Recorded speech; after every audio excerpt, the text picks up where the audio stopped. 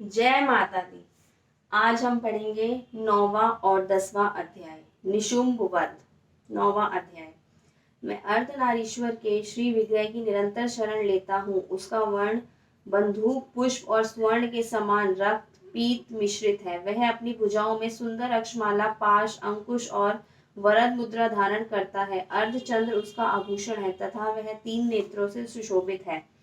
राजा ने कहा, भगवान, आपने रक्त बीज के वध से संबंध रखने वाला देवी चरित्र का यह अद्भुत महात्मा ने मुझे बतलाया। अब रक्त बीज के मारे जाने पर अत्यंत क्रोध में भरे हुए शुंभ और निशुंभ ने जो कर्म किया उसे मैं सुनना चाहता हूँ।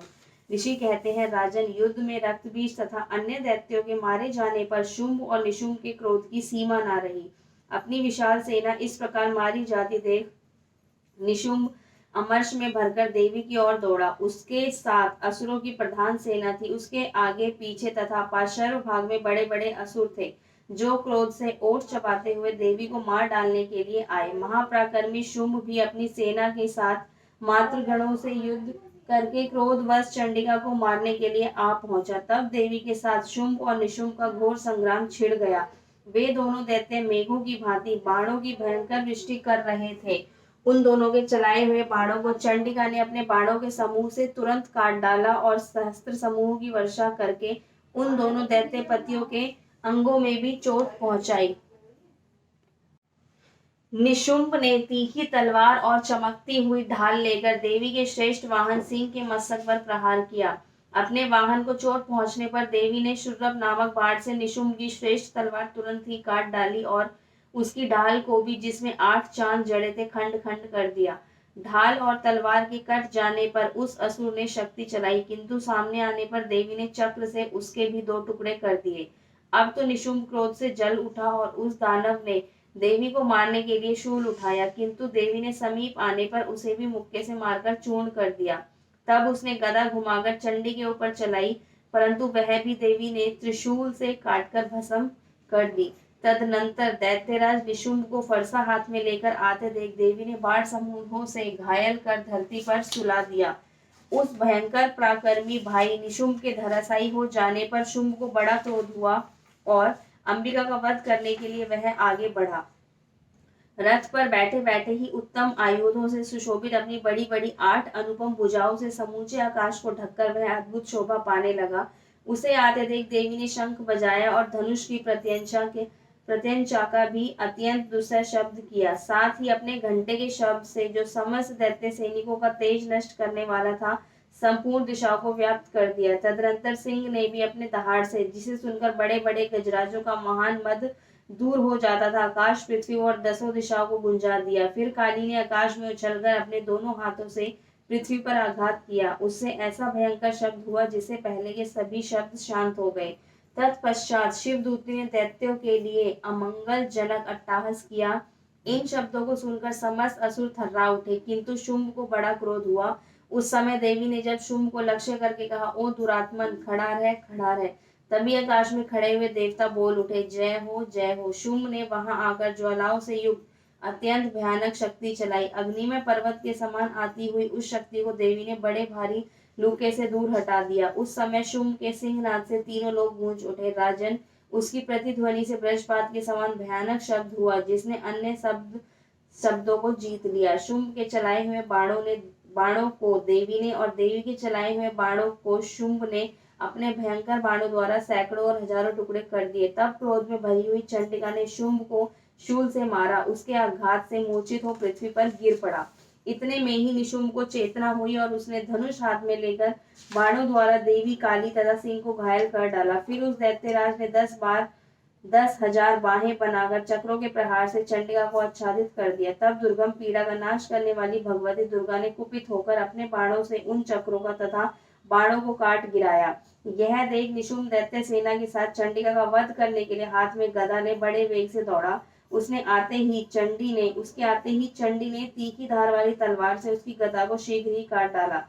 तब उसने शूल हाथ में ले लिया। देवताओं को पीड़ा देने वाले निशुंभ को शूल हाथ में लिए आते देख चंडिका ने वेग से चलाए हुए अपने शूल से उसकी छाती छेद डाली। शूल से विदीर्ण हो जाने पर उसकी छाती से एक दूसरा महाबली एवं महापराक्रमी पुरुष खड़ी रह कहकर निकला उस निकलते हुए पुरुष की बात सुनकर देवी ठठाकर हंस पड़ी और खड़क से उन्होंने उसका मस्तक काट डाला। फिर तो वह पृथ्वी पर गिर पड़ा।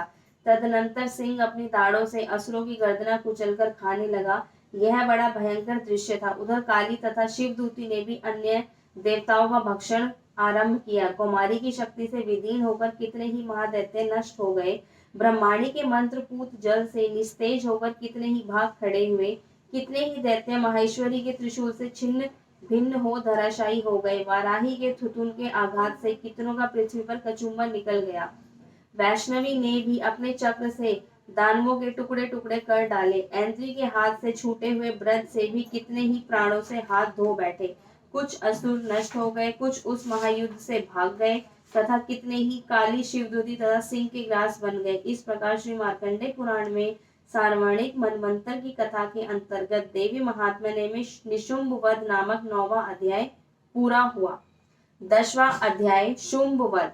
मैं मस्तक पर अर्धचंद्र धारण करने वाली शिव शक्ति स्वरूपा भगवती कामेश्वरी का हृदय में चिंतन करता हूँ। वे तपाए हुए स्वर्ण के समान सुंदर है। सूर्य, चंद्रमा और अग्नि ये ही तीन उनके नेत्र हैं तथा वे अपने मनोहर हाथों में धनुष, बाण, अंकुश, पाश और शूल धारण किए हुए हैं। ऋषि कहते हैं, राजन, अपने प्राणों के समान प्यारे भाई निशुंभ को मारा गया देख तथा सारी सेना का संहार होता जान शुंभ ने कुपित होकर कहा, दुष्ट दुर्गे, तू बल के अभिमान में आकर झूठ मूठ का घमंड मत दिखा। तू बड़ी मानिनी बनी हुई है किंतु दूसरी स्त्रियों के बल का सहारा लेकर लड़ती है। देवी बोली, ओ दुष्ट, मैं अकेली ही हूँ। इस संसार में मेरे सिवा दूसरी कौन है। देख, ये मेरी ही विभूतियां हैं, अतः मुझ में ही प्रवेश कर रही है। तदनंतर ब्रह्माणी आदि समस्त देवियां अंबिका देवी के शरीर में लीन हो गई। उस समय केवल अंबिका देवी ही रह गई। देवी बोली, मैं अपनी ऐश्वर्य शक्ति से अनेक रूपों में यहाँ उपस्थित हुई थी। उन सब रूपों को मैंने समेट लिया। अब अकेली ही युद्ध में खड़ी हूँ, तुम भी स्थिर हो जाओ। ऋषि कहते हैं, तदनंतर देवी और शुंभ दोनों में सब देवताओं तथा दानवों के देखते देखते भयंकर युद्ध छिड़ गया। बाणों की वर्षा तथा तीखे शास्त्रों एवं दारुण अस्त्रों के प्रहार के कारण उन दोनों का युद्ध सब लोगों के लिए बड़ा भयानक प्रतीत हुआ। उस समय अंबिका देवी ने जो सैकड़ों दिव्य अस्त्र छोड़े, उन्हें दैत्यराज शुंभ ने अपने निवारक अस्त्रों द्वारा काट डाला। इसी प्रकार शुंभ ने भी जो दिव्य अस्त्र चलाए, उन्हें परमेश्वरी ने भयंकर हुंकार शब्द के उच्चारण आदि द्वारा खिलवाड़ में ही नष्ट कर दिया। तब उस असुर ने सैकड़ों बाणों से देवी को आच्छादित कर दिया। यह देख क्रोध में भरी हुई उन देवी ने भी बाण मारकर उनका धनुष काट डाला। धनुष कट जाने पर फिर दैत्यराज ने शक्ति हाथ में ली, किंतु देवी ने चक्र से उसके हाथ की शक्ति को भी काट गिराया। तत्पश्चात दैत्यों के स्वामी शुंभ ने 100 चांद वाली चमकती हुई ढाल और तलवार हाथ में ले उस समय देवी पर धावा किया। उसके आते ही चंडिका ने अपने धनुष से छोड़े हुए तीखे बाणों द्वारा उसकी सूर्य किरणों के समान उज्जवल ढाल और तलवार को तुरंत काट दिया। फिर उस दैत्य के घोड़े और सारथी मारे गए। धनुष तो पहले ही कट चुका था, अब उसने अंबिका को मारने के लिए उद्यत हो भयंकर मुदगर हाथ में लिया। उसे आते देख देवी ने अपने तीक्ष्ण बाणों से उसका मुदगर भी काट डाला। इस पर भी वह असुर मुक्का तानकर बड़े वेग से देवी की ओर झपटा। उस दैत्यराज ने देवी की छाती में मुक्का मारा। तब उन देवी ने भी उसकी छाती में एक चांटा जड़ दिया। देवी का थप्पड़ खाकर दैत्यराज शुंभ पृथ्वी पर गिर पड़ा, किंतु पुनः सहसा पूर्वत उठकर खड़ा हो गया। फिर वह उछला और देवी को ऊपर ले जाकर आकाश में खड़ा हो गया। तब चंडिका आकाश में भी बिना किसी आधार के ही शुंभ के साथ युद्ध करने लगी। उस समय दैत्य और चंडिका आकाश में एक दूसरे से लड़ने लगे। उनका वह युद्ध पहले सिद्ध और मुनियों को विस्मय में डालने वाला हुआ। फिर अंबिका ने शुंभ के साथ बहुत देर तक युद्ध करने के पश्चात उसे उठाकर घुमाया और पृथ्वी पर पटक दिया। पटके जाने पर पृथ्वी पर आने के बाद वह दुष्ट आत्मा दैत्य पुनः चंडिका का वध करने के लिए उनकी ओर बड़े वेग से दौड़ा। तब समस्त दैत्यों के राजा शुंभ को अपनी ओर आते देख देवी ने त्रिशूल से उसकी छाती छेद कर उसे पृथ्वी पर गिरा दिया। देवी के शूल की धार से घायल होने पर उसके प्राण पखेरु उड़ गए और वह समुद्रों, द्वीपों तथा पर्वतों सहित समूची पृथ्वी को कंपाता हुआ भूमि पर गिर पड़ा। तदनंतर उस दुरात्मा के मारे जाने पर संपूर्ण जगत प्रसन्न एवं पूर्ण स्वस्थ हो गया तथा आकाश स्वच्छ दिखाई देने लगा। पहले जो उत्पात सूचक मेघ और उल्कापात होते थे, वे सब शांत हो गए तथा दैत्य के मारे जाने पर नदियां भी ठीक मार्ग से बहने लगी। उस समय शुंभ की मृत्यु के बाद संपूर्ण देवताओं का हर्ष से भर गया और गंधर्वगण मधुर गीत गाने लगे। दूसरे गंधर्व बाजे बजाने लगे और अप्सराएं नाचने लगी। पवित्र वायु बहने लगी। सूर्य की प्रभा उत्तम हो गई। अग्निशाला की बुझी हुई आग अपने आप प्रज्वलित हो उठी तथा संपूर्ण दिशाओं के भयंकर शब्द शांत हो गए। इस प्रकार श्री मार्कंडेय पुराण में सार्वणिक मनवंतर की कथा के अंतर्गत देवी महात्म्य में शुंभवध नामक 10वां अध्याय पूरा करा हुआ। जय माता दी। 9वां और 10वां अध्याय समाप्त हुआ। शुंभ और निशुंभ वध की कथा पढ़ी आज हमने।